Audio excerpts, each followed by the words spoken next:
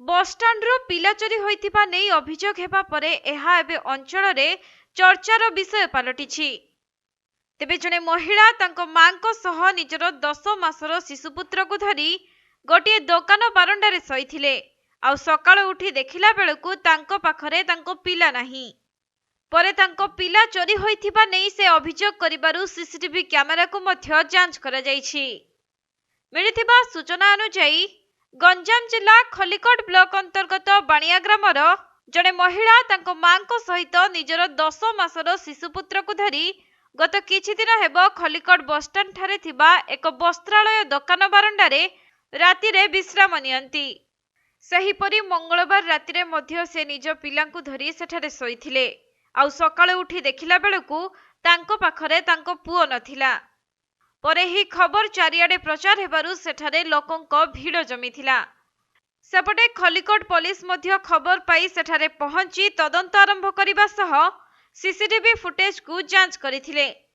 फलरे जणा पड़िथिला जे तांको निकटरे शोइथिबा आउ जणे महिला पिलाटी को कांधरे पकाई भोर समय रे सेठारु पिलाकु चोरी करि नै जाइथिले। आउ पिला चोरी करिथिबा महिला जनक भंजनगर अंचलर बोली तदंतरु जणा पड़िछि।